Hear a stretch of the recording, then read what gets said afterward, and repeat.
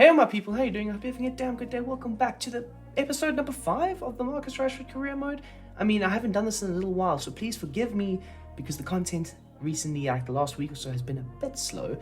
But we are back with the MarcusRashford career mode. We are going to be taking a little bit of a break from the Leicester City career mode. I just wanted to tell you guys that because the World Cup is coming up relatively soon, and I was thinking of hopping into some World Cup content. That means FIFA content, of course. So stay tuned because I think it's going to be quite sick if you ask me. So I'm very excited for that. But without further ado, we're about to hop into our first game of the episode, and that is a game against Brighton. Now Brighton, of course, a very tricky side in real life. They're doing very well with the new manager. Of course, they lost Graham Potter. He's now at Chelsea. And they continue to play well. So it just goes to show that the manager, yes, he implements styles and how teams play and stuff, but even without the manager, the team can still implement that same style and way of play. And I also find that playing Brighton in FIFA 23 is quite easy. I'm not going to lie, the gaps that they leave in the defense is very bad.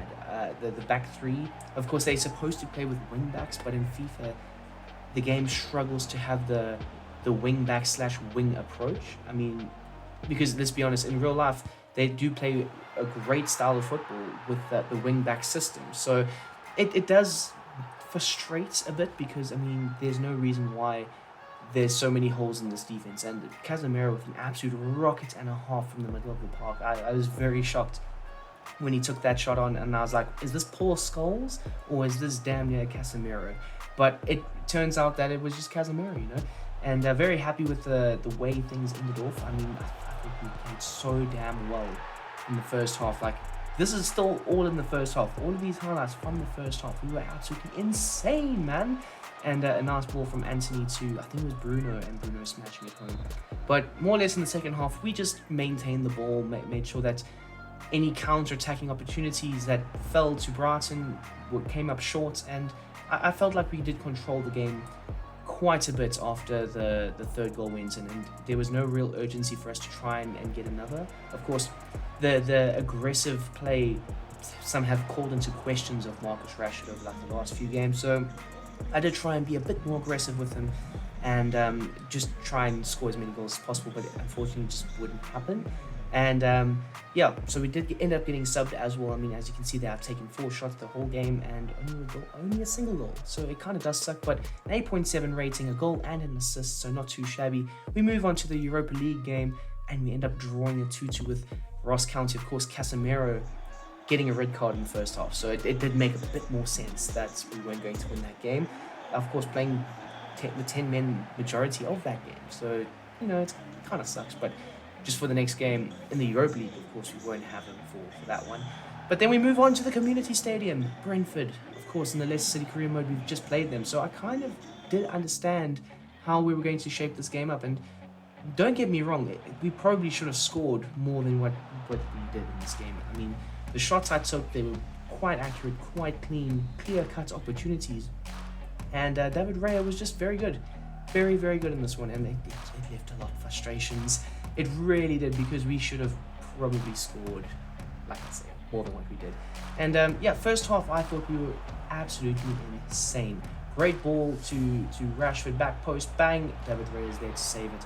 Very happy with the cross by Theo Hernandez. I mean, the ball, the control, the mid-touch, everything was insane, and then the cross was just perfect, and I would have really loved to have scored that.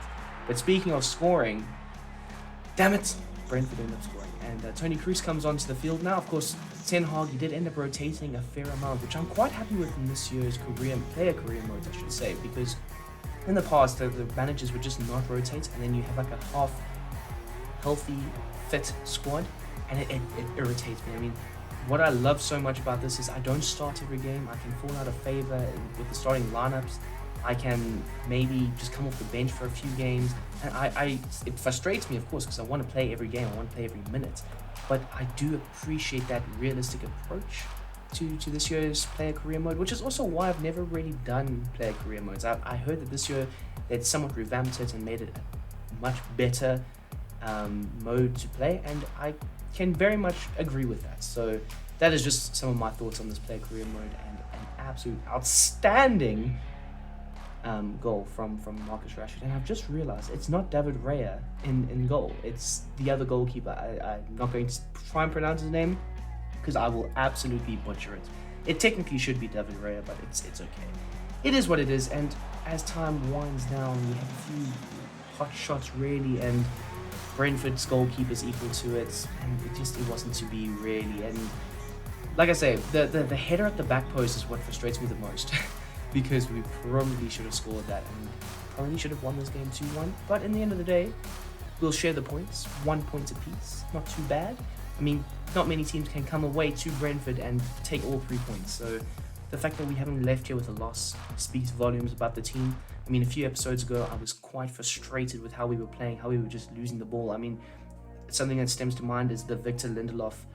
I'm not going to say it's his goal, but we conceded a goal with Victor Lindelof's bad first touch and control. So, not the best. And I think we're playing a lot better. And I mean, as I was saying earlier, I can come off the bench for a few games, and Ten Hag, he felt like Ronaldo starting against Chelsea was the better option, and bringing a fresh, fitter Rashford off the bench to run against tired legs was a bit better. So, you know what? Of course, we were down 2-1 in this one, but you got to trust the manager, you got to trust the process. And to be fair, mere moments after coming on, we created chance after chance after chance, and Ronaldo's ball is cleared off the line by Cucurella. Not the greatest man, and eventually we do get put up front as a centre striker, or centre forward I should say, have a bit of a run against the old-aged Khalidou Koulibaly, and we square it all up 2-2. Can we try and get that winner though? That is the most important thing. I must say though, I don't really enjoy Brandon Williams in real life. I think he's not a left back first, he's a right back, but I am enjoying playing with him in this game. I mean, another big shock is Harry Maguire. I think Harry Maguire is absolutely elite as a defender in the Rashford career mode. I think he hasn't made a mistake when he's played. He's done his job. The likes of Lindelof, Varane, and I mean even Martinez has been really good, but mainly Lindelof and Varane, I've found that they have more mistakes in them. So just goes to show, you know, sometimes the game can surprise you at times. And just to try and get back in Ten Hag's good books, you know, got to put that A-level quality in training, and I'm back in the starting line for a very, very big game against Arsenal. Of course, we have a very stacked December month, so I was quite happy to come off the bench against Arsenal. I realised I'd kind of run Rashford into the ground and he needed a bit of a break, and getting 30 minutes against Chelsea was what was needed. And I think in this game I was a lot fresher, a lot readier. I don't even know if that's correct English, but I was a lot fresher in this game, and definitely the goalkeeper Matt Turner discovered how good a fresh MarcusRashford is, a fresh Manchester United is, because of course Fred played in the previous game as well, giving the likes of Toni Kroos a bit of a break as well. So yeah, a lot can be said about how we played in this one versus how we played against Chelsea, because some of the team was just a little bit undercooked when it comes to stamina for the Chelsea game, and in this one I thought we were firing all cylinders. And Aaron Wan-Bissaka does start in this one. I was quite surprised, and he's another player that's actually fairly good. I mean, defensively he's elite. It's the attacking thing that does get to a lot of people. He just can't attack, and in this one we don't really need him to do much, because we've got all the attacking out there that we need. And all we need him to do is just essentially just lock up his winger for the day, and we'll handle the rest. And Casemiro handling his business from the midfield. I mean, he is the captain, of course. It is a bit weird that he is the captain. I mean, I think Bruno should be the captain. But regardless, as long as I get the 3 points, as long as I'm scoring the goals, I don't really give a damn, if you know what I mean. But yeah, Arsenal, we really did limit their chances. I was very impressed with how everything was handled. I mean, there was that one great save from De Gea in the first half that was made, and I was happy with that. And then the last few shots. And to be honest, if they had scored, it would have been late consolation goals. So regardless of the facts, I think this 2-0 victory goes a long way in hopefully what can be a successful season. Of course, we are going to be heading into the January window in the next episode, and I look forward to seeing who or what we buy in that episode. So very excited for that one, nonetheless. And yeah, we get an 8.6 match rating. Very happy with that. And of course, we are back in the training. Got to put your head down and graft for every minute that you get. And we moved back to Old Trafford, a game against Southampton. And 10 minutes in, I put an absolute cruncher in on, I think it's Joe Aribo. End up getting a yellow card. End up getting him injured, and he's had to come off here because of a very bad injury. I mean, if you look at this replay, it's not the greatest. Absolutely no. That should be a red card because I've left the ground. I've gone flipping full in on him, like full-blooded challenge. You would swear it's Liverpool versus United, not flipping Southampton. And yeah, I was a bit like, oof, maybe I should never have done that. But at the same time, some games you've just got to get a bit grindy with how you find results. And taking out one of their best players 10 minutes in will definitely dent their confidence and, yeah, just make them a bit unsure. So it was a bit of a swak maneuver from my side of things, but at the same time, it is what it is. And David De Gea coming up with a very big save to keep it level. And they get the corner, and from that resulting corner, we block it away. And yeah, I just think that the temperament that Southampton came into this game, they were very high pressing, very patient with the ball, and that frustrated us. I mean, I was snatching at shots left, right, and centre, trying to get some of my teammates involved, but they were also frustrating me. But at the same time, it's been a rough December for everybody. It's not like there's been that one Man City team that have just absolutely exploded and run away with the league. No, it's still compact, it's still tight up there at the top. And yeah, I was quite happy with how we were playing. Maybe we should have gotten an earlier goal because at that moment in time, Southampton were quite happy with the point at Old Trafford. But in saying that, the glass half empty is we didn't get all 3 points, but the glass half full is we didn't concede, and we still walk away with a very decent point. So you gotta take it in its little strides of what it is. But we just. I do feel like maybe in January we can try and get another midfielder. Obviously I have no control over it, but hopefully Ten Hag and the rest of the board can see that and just get a bit more attacking help for us. I mean, of course we sold Diego Dalot, so maybe we can find another right back. I don't know.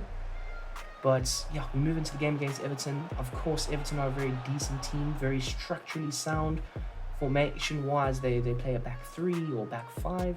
So they are very hard to break down, and that made me want to be a bit more aggressive with the proceedings and how we play. And right then, I send Bruno Fernandes one-on-one with the goalkeeper, and T-Rex arms unable to reach us as Bruno Fernandes blazes it home. Top Bins FC strikes again, runs over, gives Ten Hag a nice big flipping hug. Of course, the team is happy. Lindelof is starting for us. Now, I've just damn well throwing some shade at him for the Newcastle game. That happened a little while ago. But in this one, he was actually quite good. Actually very good. And a few minutes after the first, we scored a second near post blast again. I actually mistimed that.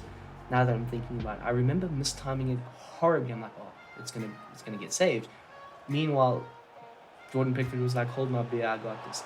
It is either Jordan Pickford or it could be Begovic. I'm not too sure. I don't even understand why the computer just rotates the goalkeepers the way it does. I mean, I can understand for maybe a Carabao Cup game or an FA Cup game. It depends on how you're taking it as a team, how seriously you're taking it. But to rotate it in the league is a bit weird. And I think maybe Frank had tried to pull a Frank masterclass and try and play Begovic, who's not the worst goalkeeper, but of course he's not on the same quality or level as Jordan Pickford. So yeah, but second half. Sorry, I was going to say with 2 minutes to go, but in the second half we had done our business, made the right plays. We got a match rating of an 8. Got a goal and an assist, quite happy with that. 2 shots on target, and we'd end up winning 2-0 on the day. Quite happy with it. So yeah, guys, we're going to end off the episode there. Of course, we're heading into the January transfer window in the next episode, so hopefully we can buy somebody cool, somebody new, and I hope you guys have the most outstanding damn day ever. I'm out. Smash that like button.